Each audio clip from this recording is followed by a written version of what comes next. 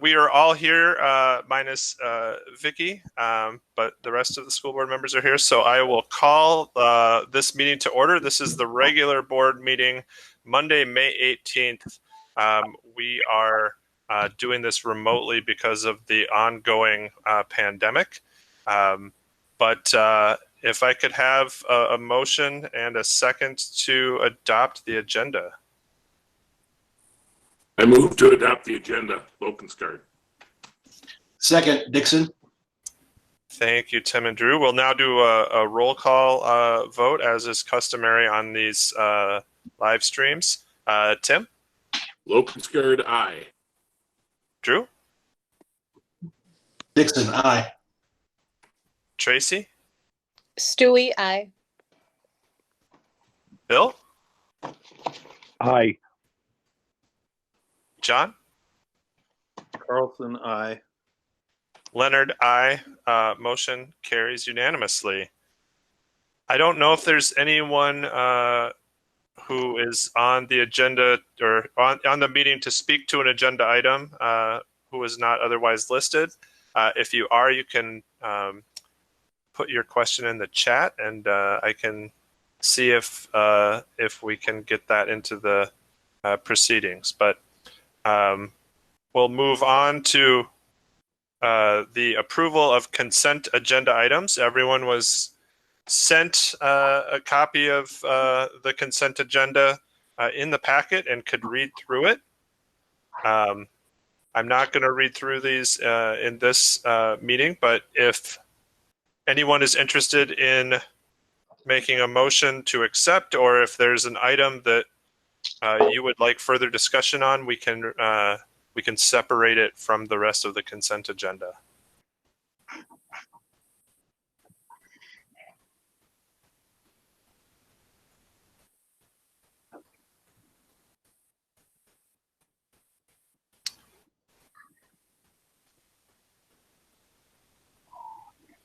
Anyone willing to make a motion to accept the consent agenda? Move to approve the consent agenda. Thank you, John. Second, Dixon. Thank you, Drew. Roll call. John? I just wanted to say that as treasurer, the bills are in order, which is on the consent agenda. But thank you. I vote aye. Thank you. Bill? Aye. Tracy? Stewie, aye. Drew? Dixon, aye. Tim? Lokenskard, aye. Leonard, aye. Motion carries unanimously. Thank you, John. I didn't ask for additional discussion. I apologize for that. We move on to action items. We have 5 action items this week. And our first one is to consider approval of the St. Peter Public Schools budget plan. So Dr. Olson? Well, the budget plan has been in front of members of the school board, the administrative team, the finance committee of the school board numerous times, really going back to last November. It has 4 components in it. The first is the stabilization of the general fund. A couple of things that I'll mention there. The important parts are included in really the next agenda item, which is the budget adjustment plan for 2020, 2021. The second is the formalization of a decision to move the operating referendum that was tentatively planned, or at least discussed, for the fall of 2020 to the fall of 2021. I just want to remind everybody that that's the time that the existing operating referendum expires. So the issue in front of you will be replace and increase the operating levy. The third piece just really looks at what our expectations are from the state of Minnesota. And really our expectations are, beginning in fiscal year 22 and fiscal year 23, that we would likely be at a 0% legislative increase. So those are really the highlights. You have dug into those details and asked lots of questions over time. So that's the general fund portion. Then there is the long-term facilities maintenance piece, and that really looks at your 10-year long-term quality maintenance plan. And the key pieces in there are the big ticket items for this summer. Most of those are in operation, including light and ceiling tile replacement in the middle school, the replacement of the greenhouse roof, looking at some remodeling in the media center at the middle school as well. Then the third portion of that plan are completing some of those special projects that have designated funding sources, like remaining capital projects dollars, remaining bond dollars, and so forth. And they involve the replacement of the long jump pit, moving it from inside the athletic field on the track at Floyd B. Johnson to outside the field. And then the second is the replacement of kind of an aging scoreboard. And the plans are being worked on to have all of those projects completed, most completed by June 30th, with the media center remodel project taking a bit longer than that. Backing up though to the special projects, in the special project, there's also a piece in there related to Community Spirit Park. And that's the restroom construction that would have limited concession capabilities and so forth. That project has been moving forward, but it's unlikely that we would be able to go out for bids. And Mark, you can probably help me if I miss this, until early June to mid-June. And I think the thinking is that that's probably not an ideal time to bid out that project. And the city is also looking at, what's happening in terms of aid to cities coming forward with the legislature. I don't think they made any decision on that. So there's a possibility, and I think probably not a bad idea, to wait to bid that project until January of 21.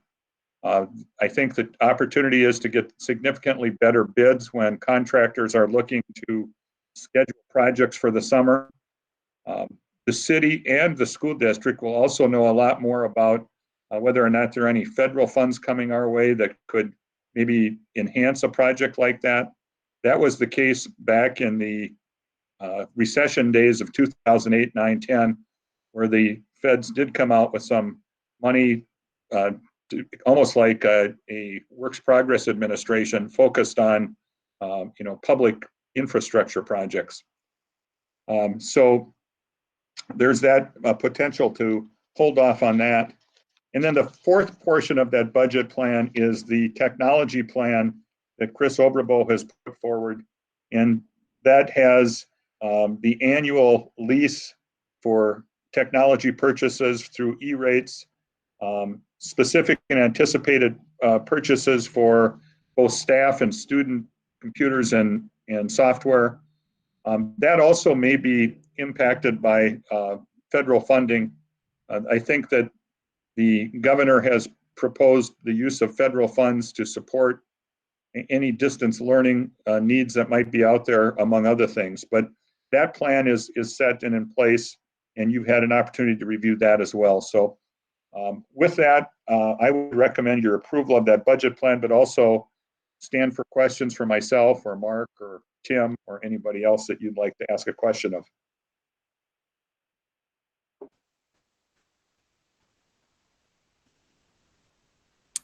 Any initial discussion? This is Tracy. I have a question regarding a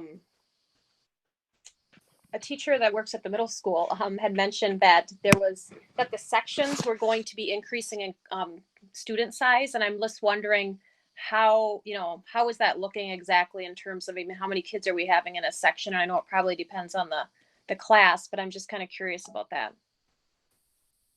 John? Right now, class sizes, if we were to go 6 sections, class sizes would be 30 to 31 on average.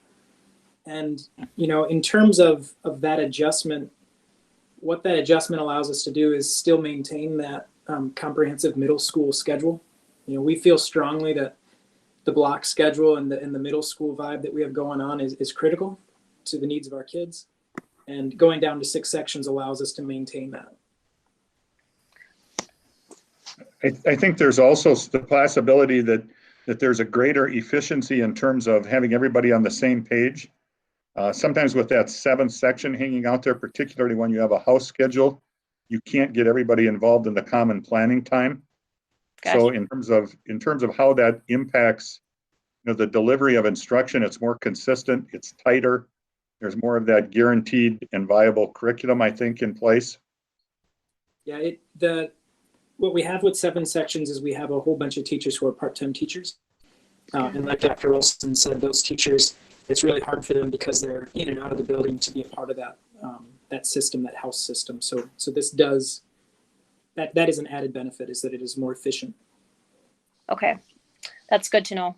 I always need to know the positive there, Yep. Great. Anyone else?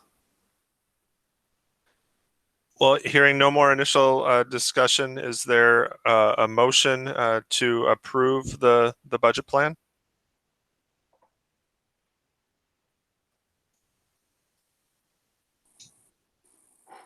I so move. This is Lokenskard. I move to go forward with the budget as it's laid out. John Carlson, second. Thank you. We have a motion and a second. Do we have any further discussion?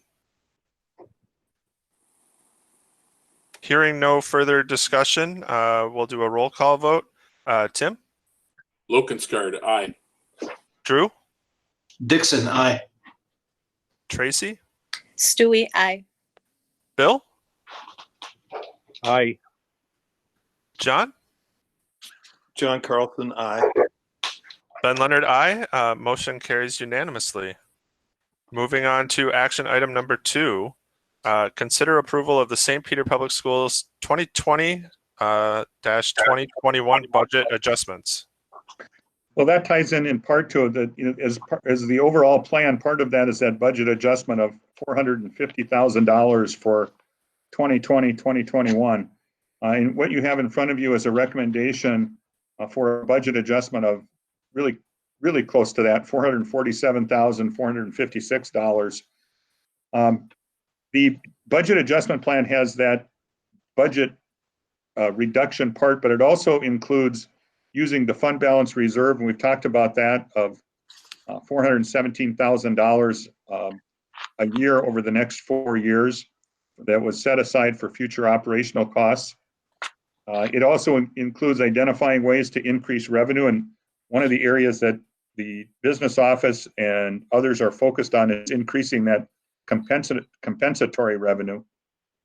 Quite honestly, that probably is going to be increasing as a result of the COVID situation and the number of people who are, out of work and laid off. But then it also includes that $447,456. So that's an FTE reduction in grades K-12. And one of those portions is not, at this point, not replacing a kindergarten teacher who has retired. A second is not replacing or not fully replacing a building trades teacher who has retired. Some of the part-time reductions and extra class assignment, overload assignments in the middle school and high school. And between those two, you've got the $281,000, the $50,000, and then there's $50,000 in general fund expenditure reductions, and principals have worked with business manager Regner to identify those numbers. Using our own staff to do our work that Johnson Control consultants were doing in the past, that saves $47,000. And then not replacing our Minnesota State University Mankato teacher on special assignment. That was Paula Topol, her teacher on special assignment. Assignment deal ended as the end of this year.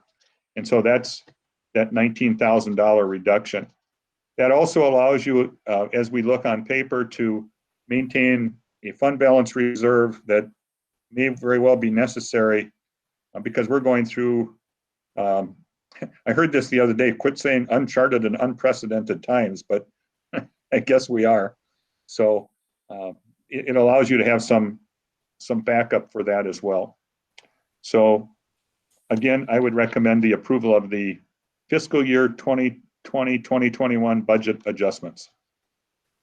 Dr. Olson, the joke I saw was what I wouldn't give to be living in precedented times again. So, Yeah, that's pretty good. any initial discussion?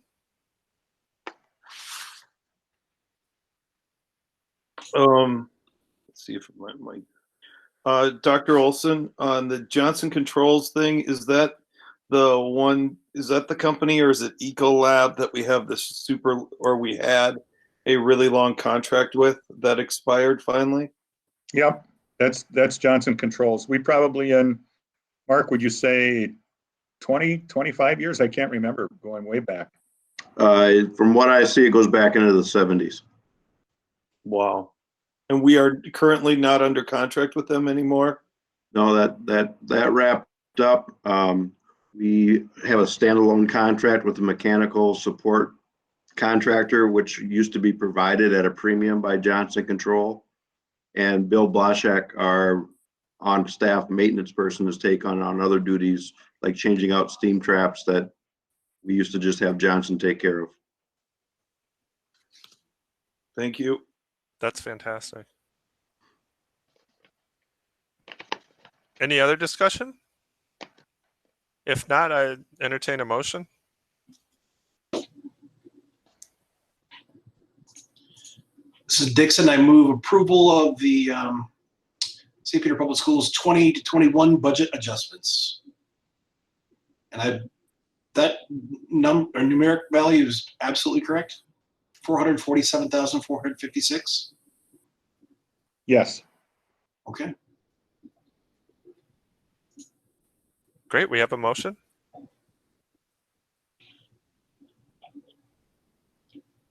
Soderlund, second. Thank you very much. We have a motion and a second. We'll do roll call again. John? John Carlson, aye. Bill? Bill Soderlund, aye. Thank you. Tracy? Tracy Stewie, aye. Drew? Dixon, aye. And Tim? Lokenskard, aye. Leonard, aye. Motion carries unanimously. Thank you. Now we move on to action item number three, which is consider approval of non-renewal and probationary teacher contracts. This will require, when we get to it, an individual resolution for each non-tenured or probationary contract. Dr. Olson, do you want to talk a little bit about this? Sure. Well, just as a reminder, the first 3 years of teaching service in a Minnesota school, a single Minnesota school, are probationary time. Once a teacher has successfully completed 3 years, they're considered tenured. And so then removal requires some different kinds of criteria. If a teacher has been previously tenured in a Minnesota district, let's use an example and say somebody worked in Cleveland for 4 years, and then they moved to St. Peter as a teacher, they would have a 1-year probationary period. During that period, the annual contract may not be renewed based on a decision of the school board and a recommendation of the administration. So what you see in front of you are the first two, the Emily Dable and Laura Schugel. Those are some of those part-time positions that Mr. Graff and I were talking about with the budget reduction plan. Then there are some situations where you have a reduction based on a recommendation from the principal. And in the case of both Chris Harms and Ryan Timmerman, they are on tiered teacher licenses.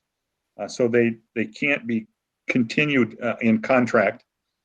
Those positions, they certainly will be encouraged to reapply for those positions. And based on the criteria for hiring tier 1 and tier 2 teachers, you may well see them back in front of you for approval after I can't remember exactly. Chris Overbo, you remember what it is? Is it 60 days?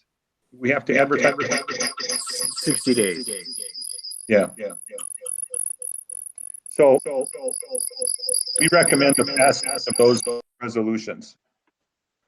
Chris, are you at a monster truck rally as the announcer? Because that was some crazy feedback there.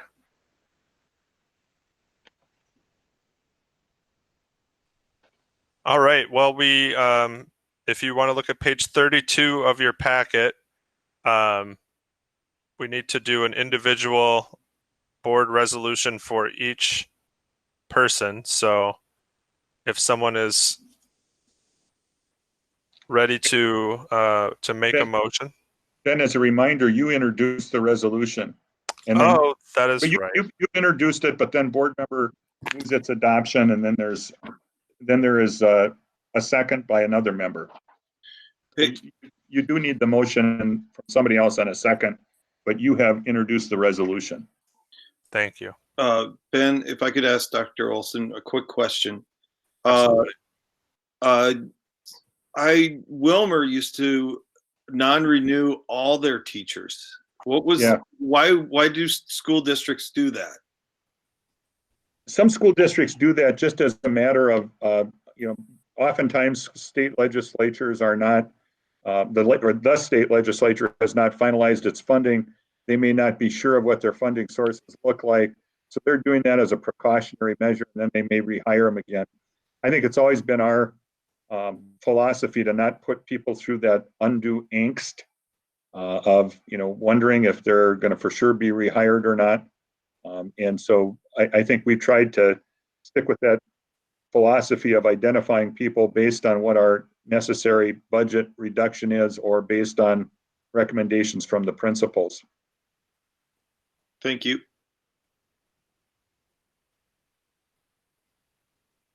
And I will add that we may have some additional non-renewal items coming forth in what will now be a special board meeting on June 1st.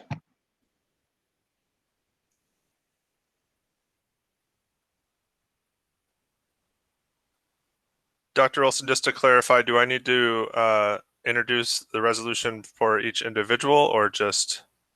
I think you can just talk about the first person and look for a board member to move its adoption, a second, and then a roll call vote, which you're doing anyway, which is what is required for a resolution.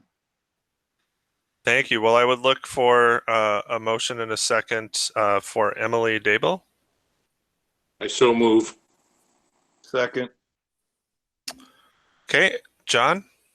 Aye. John Carlson, aye. Thank you, Bill. Bill Soderlund, aye. Thank you, Tracy. Tracy Stewie, aye. Thank you, Drew. Dixon, aye. Tim. Lokenskart, aye. Ben Leonard, aye. That moves the resolution. Laura Schugel. This is Tracy Stewie. I'll make a motion. Dixon, second. Okay. Roll call on the resolution. Tim. Lokenskart, aye. Drew. Dixon, aye. Tracy. Tracy Stewie, aye. Bill. Bill Soderlund, aye. John. John Carlson, aye. Ben Leonard, aye. Resolution is moved unanimously. Ian Thomason. Tracy Stewie, I'll make a motion for Mr. Ian. Lokenskart, second.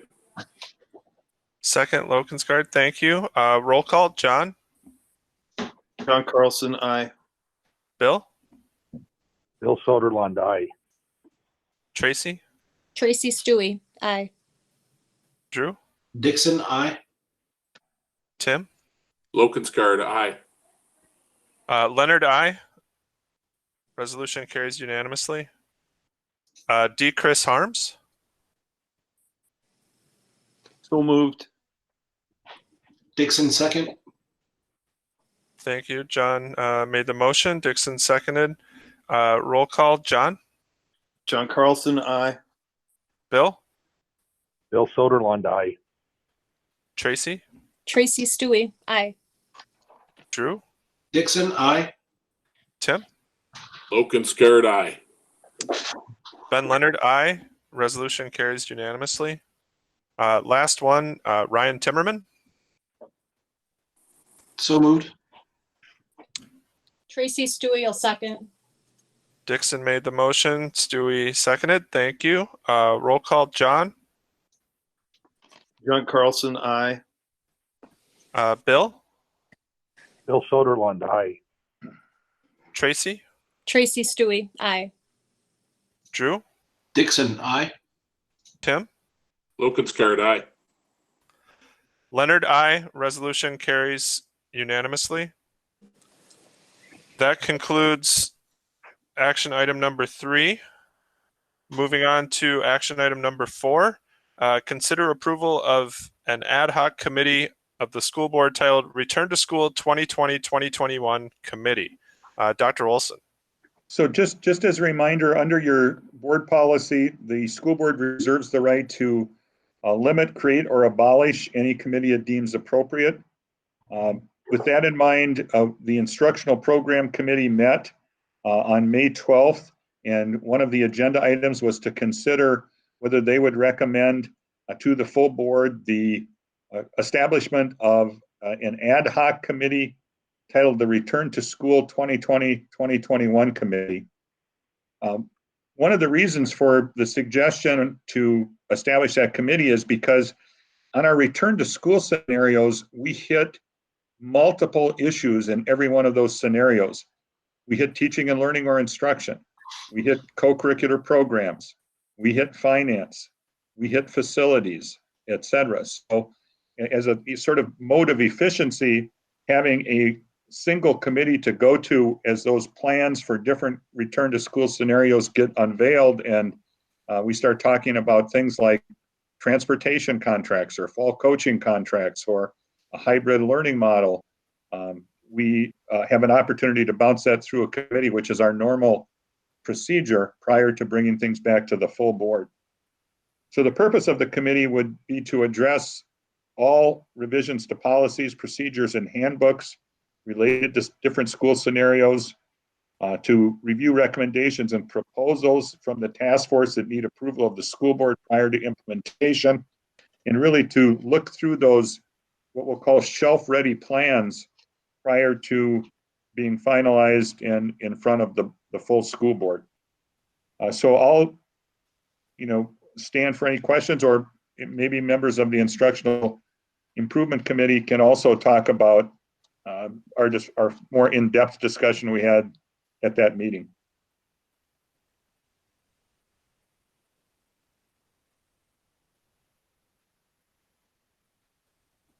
So just Chair Leonard, just to add to that. So kind of the structure is there's this board, special board committee, ad hoc board committee. Then there's a return to school task force, which really is the members of the administrative team. That task force then works, if you think of kind of a cascading down, to create various subcommittees in multiple areas. We've been given some hints that there very well could be a hybrid learning model in place this fall. That's what we're likely going to, no, that is what we're going to have to do in order to have face-to-face instruction with students in summer school. So, we'll get an opportunity to try some things out, but again, just imagine a question about how do you deal with social distancing on a school bus, or in a food service cafeteria situation, or in physical education class, or whatever. So I think having an opportunity to have some in-depth discussion and planning and having a framework to look at all of that is important. And again, our practice has been to do that significant work at the committee level on issues like this. Yeah, as difficult as distance learning has been, trying to combine distance learning with a new way to operate buildings is at least twice the work. So, yeah. This is Bill Soderlund. I'd like to make a motion to approve the ad hoc committee. Thank you. Do we have a second? Dixon, second. We have a motion and a second. Any further discussion? Trying to think who was on that. I think Vicky might have been on. Drew, were we Yeah. on? Yeah. I think Dr. Olson covered everything that we talked about, don't you? Yeah, I think so. We just need to start now because Yep. we have there's just work to be done. Yeah, I think that this is, the complexities we mentioned, and then adding a superintendent transition into that, make it even more beneficial to start as early as possible. I'm sure we'd all want to be on this committee in one way or another. This will be a committee of 3 people, as our other committees are. And I think this committee will do a lot of work, but just like with every other committee, that'll come back to the board for approval, and there'll be plenty of opportunity for folks who aren't on the committee to weigh in and have discussion and all of that. So I know there's going to be a lot of interest and a lot of focus on this committee over the next few months. So we have a motion and a second. Any further discussion? All right, Tim. Aye.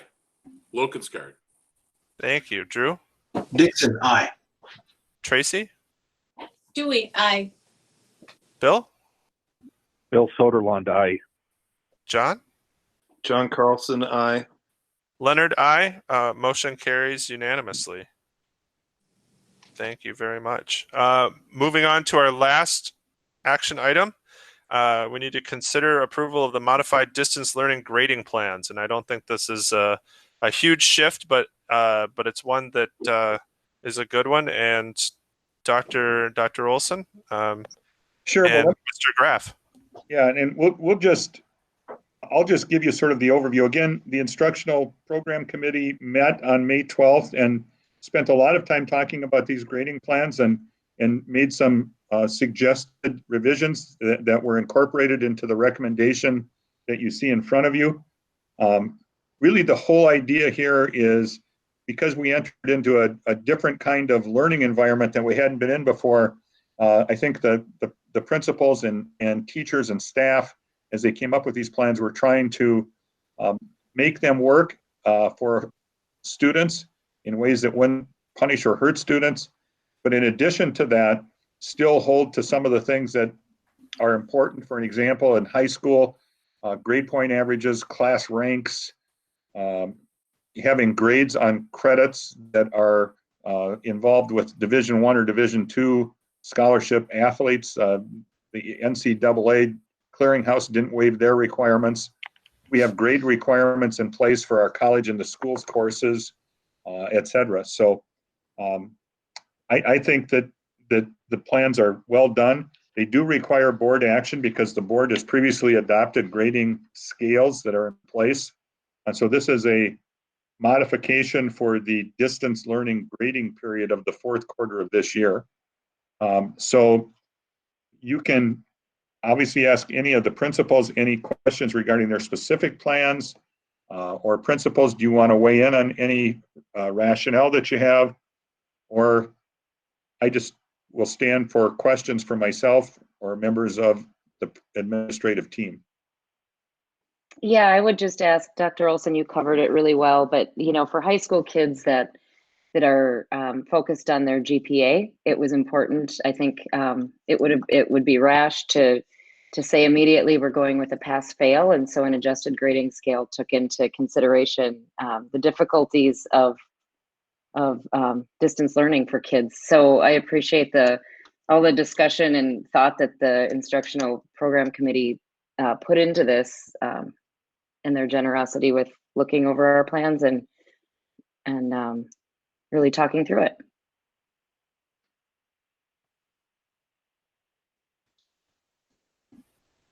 Excellent. Any further discussion? Ben, this is Tim. I have a question for Annette. So as a spouse of a person who handles a lot of admissions at a higher level college, how does the weighted GPA scale, does this affect it in any way? I mean, so when the grade point, I don't know how it all works with the weighted GPA, but if a child gets an B plus, normally that's an 87% or whatever. And if it's weighted a B plus, he would get more, he or she would get more weight when you're talking about applying to a higher education college. Does this affect it in any way? That's my question, I guess. Yeah, that's an excellent question, Mr. Lokensgaard. Actually, most of our weighted classes are concurrent courses. And so our concurrent courses offered through universities, we're not able to use our adjusted weighting scale or adjusted grading scale. So it does not affect that in any way. In fact, that's one of the things that's been kind of hard to work through with teachers and the workload, because if it's a course offered through MSU, they have to follow the syllabus and grading that MSU has adopted. Okay. Or U of M or wherever. I didn't know if there's any weighted classes outside of the. Our AP classes are also weighted. And we don't have nearly as many of those as in the past. But we will be following they still will be weighted to the same percentage according to the adjusted scale. All right. And I do have a good question every once in a while. An excellent question, in fact. Nothing more, Chairman. Do we have a motion? I move to accept the revised grading system for all 4 schools. Dixon second. Or Dixon second. Which one of you wants it? Me, definitely. Okay, sweet. Motion, Carlson, second, Dixon. Further discussion. I have an adjacent question that we can address later, or you can choose to not address it at all. But with the AP courses, the college boards just had their tests, and I know my kid was able to access the test and take them fine using our system. I did read on social media that there were many instances around the country where kids were kicked out of tests or not able to access the tests. And from, again, the biased view that I saw on social media, the College Board basically said, did you know if any St. Peter kids had a hard time with that, or if the College Boards have since nuanced their response? I haven't heard actually of any incidents that any of our kids who were taking their AP tests had that would make them that gave them more difficulties, but you never know. I mean, it's hard to say if they're even going to be legitimate scores when they're taken online at home. It's a new, like you said, Dr. Olson, unprecedented times. But I haven't heard that any of our students had difficulties. Thank you. Mm-hmm. Any further discussion? Okay, roll call. Tim? Lokensgaard, aye. Drew? Dixon, aye. Tracy? Sorry, Stewie, aye. Bill? Bill Soderlund, aye. John? John Carlson, aye. Ben Leonard, aye. Motion carries unanimously. That concludes our action items. So we'll move to reports. Ativ is ready. There's no puppy, but she's still ready to deliver a report. That's right. Oh my gosh. So ECFE, Early Childhood Family Education, wrapped up about a week and a half ago. And then we were excited to have our parade through the parking lot of Early Childhood, just as South and North did. We had a great turnout. It was wonderful to see the kids. Our entire Early Childhood staff was there, and it was good for everyone involved. I think it was just a great idea, and it was just so fun to see everyone. School readiness actually wraps up this week, and so those classes will be coming to an end on Thursday. And this week we have a lot of class-specific drive-throughs, And so, for instance, little graduations, drive-through graduations for preschoolers, etc. So, of course, our classes are up to 16 kids. So that will be not quite as a production as the whole entire drive-through was. But so we're excited about that. Then the last week of school within the district, early childhood special education wraps up as well. So getting everything wrapped up and planning for next year. In the world of summer programming, with Stars Academy and extended school year, the administrative team is working on that and trying to come up with plans, as Dr. Olson said, following the guidance the state has recently released. And then with our food service program, we continue to serve about 2,100 meals per day, which is quite amazing.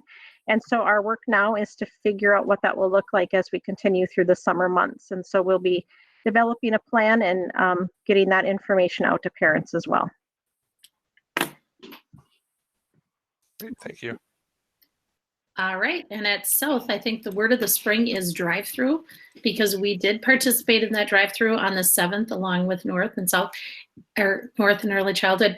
I think it was the first time ever in the history of all of St. Peter that traffic flow was great at South, could be said, because we went the wrong way down the one way, and it made everything run very, very smoothly. We had plenty of room for people, and it lasted about an hour and a half, and it was wonderful. As Yetieve said, I think good for the soul for both the teachers and the kids.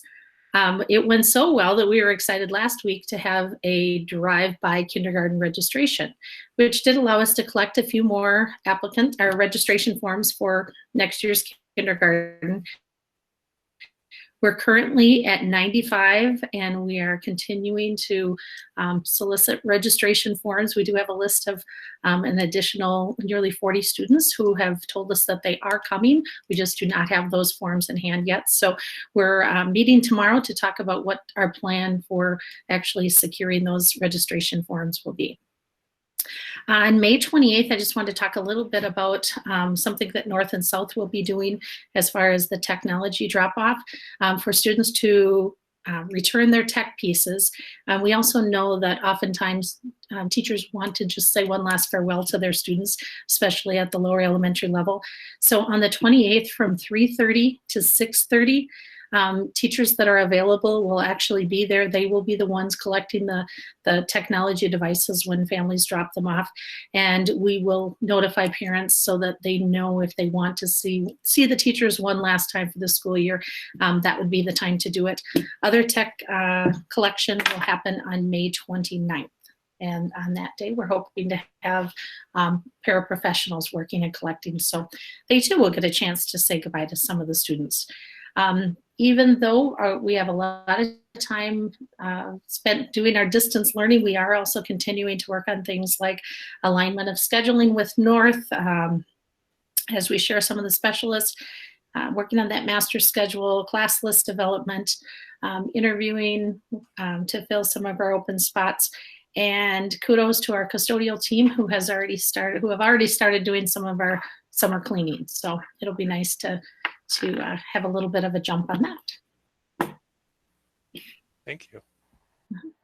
Well, greetings from North Elementary, everybody. Yetieve and Doreen already took a little bit of my thunder. I wanted to talk a little bit about Saint Strong evening, but that was for sure a wonderful night. It was beautiful weather, and I just want to thank the families and the kids for showing up in the hundreds of cars. I mean, they had cars fully decorated out with balloons and signs, and it just warmed everybody's heart. We were only planning for an hour, but it was certainly I think it was about an hour and 40 minutes long. And the principal of North may or may not have been warned by Officer Hughes to stop talking to every car that went by, because it seemed to be slowing down the procession. So, but it was just so fun to see the families and the kids and the smiles on their face. It was a great evening. Saints Care is chugging along. I know at South as well. We're averaging a good number of kids, and the staff is doing wonderfully. Between them and the food service on site there, they got the whole process down like the back of their hand. In fact, I was talking to Denise Blaschko, and Michael Freeman, who are usually out front in the drive-through there at North, as we call it now. They almost got like the families and the kids down to the minute when they swing through and pick up their meals. They were a little disturbed today because some families weren't right on time. They were a few minutes off, but they got that schedule down so well. Last week had some fun in some, we call it just the social emotional, like the Google Hangouts. Was in some 4th grade classes yesterday. And they're getting about, on average when they have those social emotional hangouts, not so much academic focused. But they certainly get 15, 16 kids in a hangout or a meet like this at a time. And I just have to say the teachers have become so masterful of managing, if you will, groups of students. When they have 16 plus kids floating around their screen like that, just doing scavenger hunts and other games and stuff like that on the site, the kids are totally engaged. Even though it is like day 30, it's hard to believe it's day 30 already of distance learning. And for that reason, I have to give a shout out to Carrie Mull. She put together, for those of you that know what Bitmojis are, a little character creature, person of yourself. She took a picture of the front of North, a live picture, and then everybody gave her their Bitmojis, and then they sprinkled them all over the front of North, and then the kids, they were working on paying attention to details in some of their reading and the stories that they're listening to, and so they had to try to figure out which each Bitmoji was based on the character's details. So the kids had a lot of fun with that today. So just goes to show a lot of the great creativity that's going into instruction when it's differently structured like it is right now. So that's it from North. Thank you.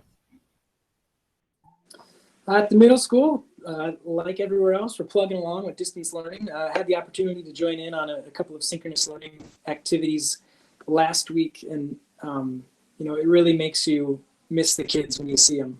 There was at one time where I actually had to walk away because I could feel myself kind of tearing up a little bit just because of the excitement that was going on and just to see how well it is working for a lot of kids. Last Tuesday, we had 5th grade orientation. 5th grade orientation this year was a video that was created. Miss Dozy led that up. In the video, I kind of gave the typical welcoming introduction to the middle school speech. Miss Dozy took everybody on a virtual tour of the building. 5th grade staff all introduced themselves. And then one of the coolest parts is a handful of current 5th grade students talked a little bit about what it means to be in the middle school and some of their favorite things about the middle school. Surprising to me, one of the most common things that those current 5th graders talked about was the food and how excited the incoming 5th graders should be about the food selection. So kudos to the food staff. We are continuing this week with our locker content pickup. We started last week with 5th and 6th grade. Families can come in and get the stuff. We've got it all bagged up, ready to go for families as they pull up in the cul-de-sac. We have 7th grade and 8th grade this week, but just a reminder to families, they can come in anytime. If you missed your spot, come on in. We would be happy to accommodate. Most of the shoes are too big for me, so we need to get rid of those. We are at the middle school planning a drive-through for the last day of school, the 28th of May from 5:30 to 7:30. 5:30 to 7. And just kind of like North and South in the early childhood talked about, we will be lining the sides of Lincoln Drive, and we're encouraging families and students to drive through just so that we can say goodbye and congratulations on a crazy but great year. And then lastly, at the middle school, planning a device and material drop-off on the 29th of May and the 1st. And more information will come out via Blackboard Connect to families on how that process will go. Thank you. I did see about 8 or so 8th graders in an English class hangout. It was 9:30 at night, but they were in there, so. They'd probably been in there since like 1 in the afternoon. I'm sure.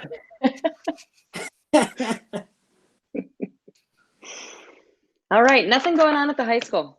So no, we have been extremely busy at the high school. But before I get to all of the events that that we were busy filming last week, I would like to start with some good news. First of all, if you don't have kids who have access to Sean Keating's good news videos that he's doing every week, he's just collecting really pretty cool stuff that's going on throughout the high school, whether that's students or staff. He does about a 15-minute video show that he sends out school-wide, and it's been really nice, a nice way to stay in touch with some positive things that are going on with kids and some cool things that they're doing. One of which is senior Michael Moline is up for a state officer spot in the FFA, and this is the first one since we started the South Central Ag Science FFA program. First one that we've had up for a state officer spot. He's already our Region 7 president, and that will be announced on, not to put any pressure on Michael, but that's going to be announced, I believe, on Thursday. So that's some pretty exciting news for him and for the school as well.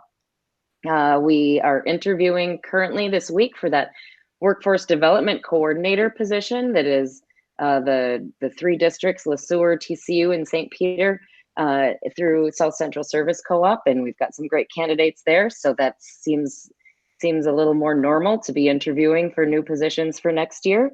And then graduation and senior awards night and all that great stuff we filmed last week. We spent Wednesday, Thursday, and Friday with a really great videographer, Chris Jopp.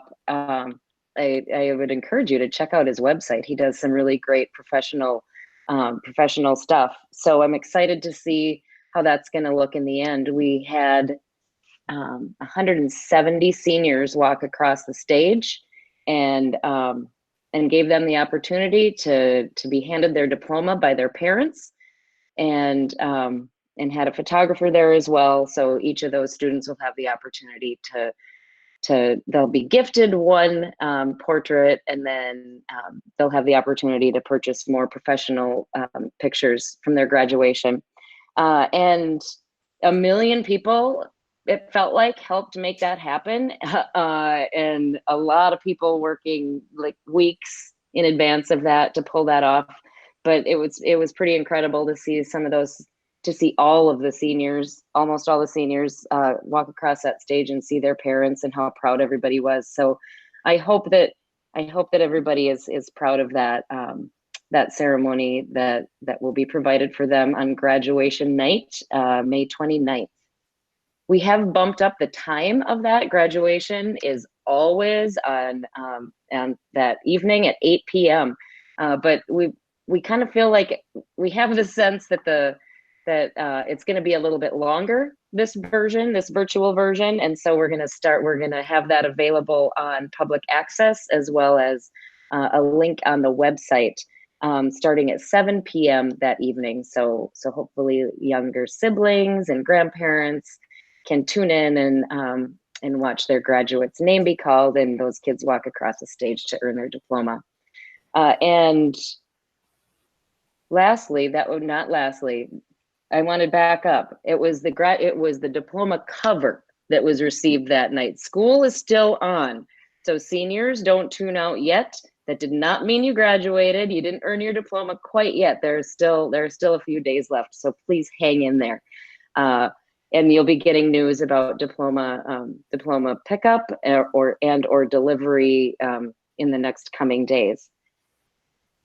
Lastly, I've got to thank Dr. Olson for being there for every last one of those graduates who walked across the stage. Those were amazing, great days, but they were also grueling, and he was there for every last one of those seniors. So I volunteer to make his Bitmoji. That was a great idea that the teacher from North had. So thank you, Dr. Olson. It was a pleasure to work with you over those days and to plan our graduation. Thank you. Dr. Olson? Sure, and I just want to reiterate all of these events and the work that all of our staff and administrators have done is pretty incredible. the graduation process really followed all of those Minnesota Department of Health, CDC guidelines. And so it took, I could be off here on that, but about 22 or 23 hours to get all of those graduates across, only allowing, about 8 people or 12 people at a time in the building, 50 or 60 feet apart, and only probably 6 to 8 people in the entire theater at any one point in time. So it's quite a production, but I think it's going to be a memorable event given the circumstances. 4 fairly quick things. The first one is part of the discussion with the Instructional Program Committee, and I think a good point John made, and we all talked quite a bit about, is holding off on the curriculum review cycle for 1 year for those areas that would be normally under review in 2020, 2021. We're going to have almost an all hands on deck approach over the next couple of months to prepare for those different return to school scenarios. So that's our plan at this point, unless we hear differently from you. But I think that's a really good approach.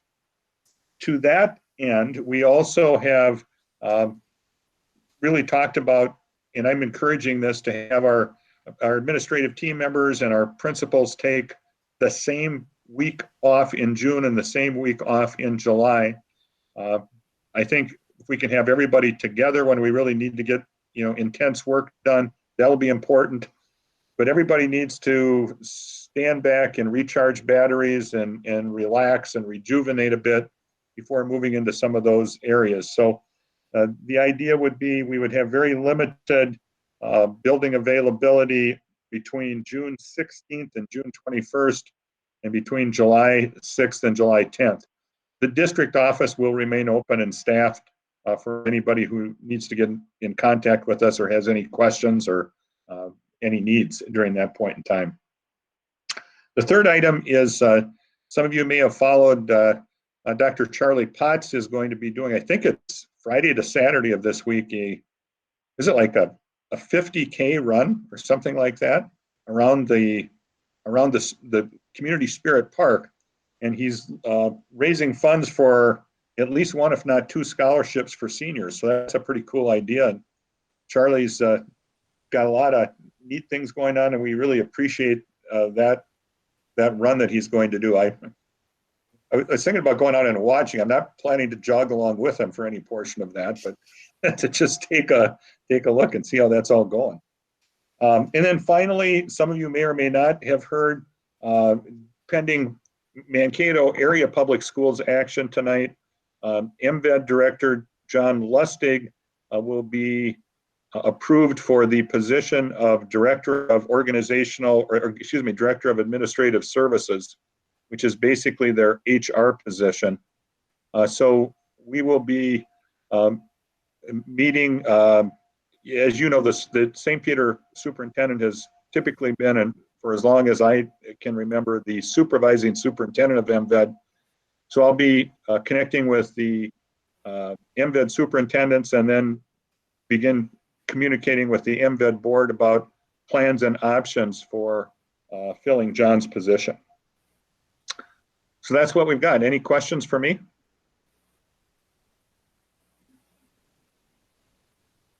I have a question for both you and Annette. Just curious about the emotions at the graduation stuff. Was it all over the place? Was it, heartfelt? Were some people angry, or how did that all go? Annette? Yeah, it was actually pretty amazing. I felt like the nerves of the kids were probably beyond the level that they are on a normal graduation night, because they hadn't had the opportunity for rehearsal. There were some tears, obviously, but just emotions over probably the everything that's going on and watching their students cross that stage. But it was there. If people were angry, it wasn't verbal. It didn't appear to be so that night. I think everybody was pretty pleased with how things were run. Yeah, I must admit to a few emotions myself. And I have to say that I think both Annette and I were probably reminding ourselves of the movie Groundhog Day, as the same kinds of instructions were given 170 times in a row over 22 hours. They got to be pretty nuanced by the end, I would Yeah. say. Yeah, and we went through what probably was it about 3 or 4 families every 15-minute period. Yep, we had 4. We had the opportunity for at least four kids to walk across the stage every 15 minutes, but sometimes we were given a 5 to 10 minute break, I guess, weren't we, Dr. Olson? Yeah. You know, for not having done graduation like that in the past, for not having ever had graduation in the theater, for really only the, you know, I can't do the math, but what, the second or third graduation at that building, it was super well organized. Every detail was well oiled, and it looked great. I wasn't there when the kids were there, but there was still filming going on that day, and it just, the way that it was set up and messaged and run was top notch. Thank you. I think the history of graduation in St. Peter helped us make those plans. You know, it's always been a formal ceremony. And so we've got some non-negotiables about graduation and how it's done in St. Peter, which helped ground us while we were planning it. And then a follow-up, any word from other entities like the city on any other additional plans for the 29th? Annette, go ahead. Yeah, there are no additional plans for the 29th, but there will be a senior parade happening through the group that presented. Emily Soderlund spoke to us at the last board meeting, and they will be having a parade on the 28th, the evening of the 28th. And I don't dare give you the times because I don't have that written in front of me, so I don't want to get that wrong. I think it's 7:30 to 8:30. Okay, yeah, and they will be lined up along County Road 20. Yep, seniors lined up around County Road 20. In their vehicles. This is Tracy Stewie. We got an email about that today, but did anybody tell you that the email actually didn't say anything, that it was just blank? No? No, we haven't heard that. Yeah. Well, I was going to say something, and then I thought maybe it was just my phone, but then I looked at my computer too. So we might want to resend that out. You mean, was it like from the school Blackboard message? Yeah, from the Infinite Campus. Sure. Sure. Yeah, I'll check on that. Yeah, that organization asked us if we would do some messaging about that forum. So I'll make sure. You'd think as a parent of a senior myself, I maybe would have noticed that, but. Well, you probably don't open the emails because you know. put it in there. I got that email and it did come through for the Dohertys. So Laura did too. You could read the whole email. Yeah. Yep. Weird. Yeah, definitely not for me on my computer or in either email, because I get it sent to both. And Bill couldn't see it either in his school email. Huh. So something weird happened. And Rachel couldn't either, now that I say that. I also have a question. You know, I listened in on the MSBA graduation ceremony, I don't know what we want to call it, discussion, recommendations. And one of the messages that they had consistently said is they were talking about the liability and personal liability. And I got to thinking that I'm kind of wondering how that works. Like, so if there's a personal liability for us for how the graduation or something like that could happen, but we don't have anything to say about how it actually happens. So can somebody give me some feedback on that? So your property and casualty insurance has, blanket coverage for any and all events that occur. And I believe there's board member, there's an errors and omissions for anything that happens for board members, administrators, et cetera, that's a part of that policy. So because then that's the other thing they were saying is that many insurance companies weren't, I don't know, it was like a very much a fear-based call as far as I was concerned. But, I just kind of thought, well, if it's something that we are personally liable for, then it would be nice to just know like what's going on before, teachers are talking to kids about it. So. Sure. Tracy, are you referring to the parade or No, I'm referring to the actual commencement. Okay. And we're just doing it virtually, right? Yes. Okay. So, yeah, I just think some other school districts, it sounds like they're going to take a chance and do a car thing, and they're just like,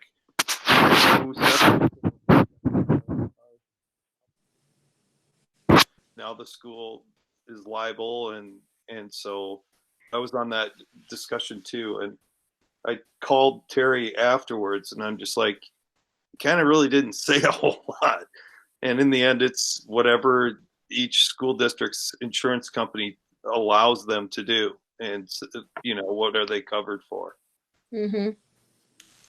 Yeah, Tracy, I went to tape the board chair welcome to the graduation ceremony, and I saw a health check in place. There was plenty of social distancing. 6 feet was not even close. It was more like 60 feet. And I think that the way that we followed every state guideline put out there, and I'm having to follow those in my day job. So I've been looking at those, and I think we did an exemplary job making sure that all of those were covered. So I think that there would be very little liability, and any liability would be covered by our regular insurance. No, I definitely agree on that. I guess I was just surprised at the personal liability part of it that they kept talking about. And I mean, and our administrators went above and beyond, I think, in erring on the side of caution. But what if they wouldn't have? Then we would be sitting here, like maybe that kind of a plan should be discussed to the school board before it goes to the teachers and the students if we are personally liable. That's all I'm saying. In this particular case, yes, everybody was very cautious, but what if they wouldn't have been? We wouldn't have known about it until after it was already announced.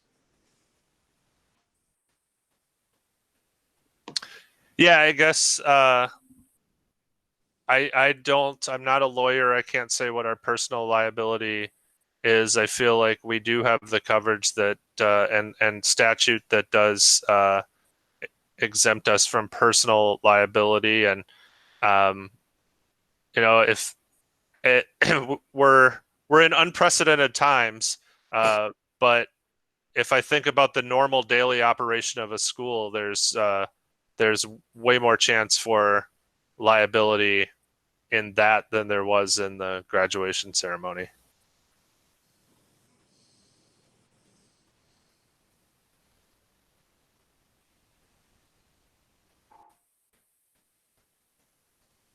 Do we have any other board comments or things to share, questions?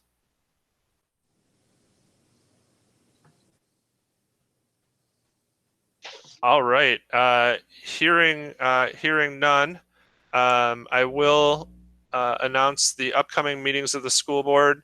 Like was mentioned, graduation will be Friday, May 29th at 7 p.m. virtually on St. Peter Public Access and through the district website. The next board meeting will be it says study session, but I think we made that a special board meeting, correct, Dr. Olson? Correct, based on your consent agenda action. Yes, so that is a special board meeting so that we can take action if we need to in this ever-changing world. And that is Monday, June 1st at 6:30 p.m. and that will be virtual. And then the regular board meeting, June 15th, I think is TBD at this point. Maybe June 1st, as part of that agenda, we could talk about any thoughts or ideas around how we continue to do these meetings. I know that the state is opening up, and if I want to go to the bar in Wisconsin, I can do that. I guess I'm of the personal opinion that really hasn't changed the virus's mind, and that things are kind of still the same. And this seems to have been working fairly well from my perspective, and kind of found a groove. And I don't feel like we're unable to do any of the business that we're charted to do virtually, so I don't mind continuing this setup further into the future until we are sure that getting back together will be safe. So I would welcome any further conversation and thoughts, and maybe that could be on the June 1st agenda, Dr. Olson. You bet. Great. Those are the next two upcoming meetings. And the last agenda item, if Tim Lokensgaard has any bandwidth left, would be adjournment. So is there a motion to adjourn? I move to adjourn. Yes. Thank you, Tim. Do we have a second? Dixon, second. Awesome. We have a motion and a second. We'll run through the roll call real quick. Tim. Lokensgaard, aye. Drew. Dixon, aye. Tracy. Stewie, aye. Bill. Bill Soderlund, aye. John. John Carlson, aye. Ben Leonard, aye. Motion carries unanimously. The meeting is adjourned.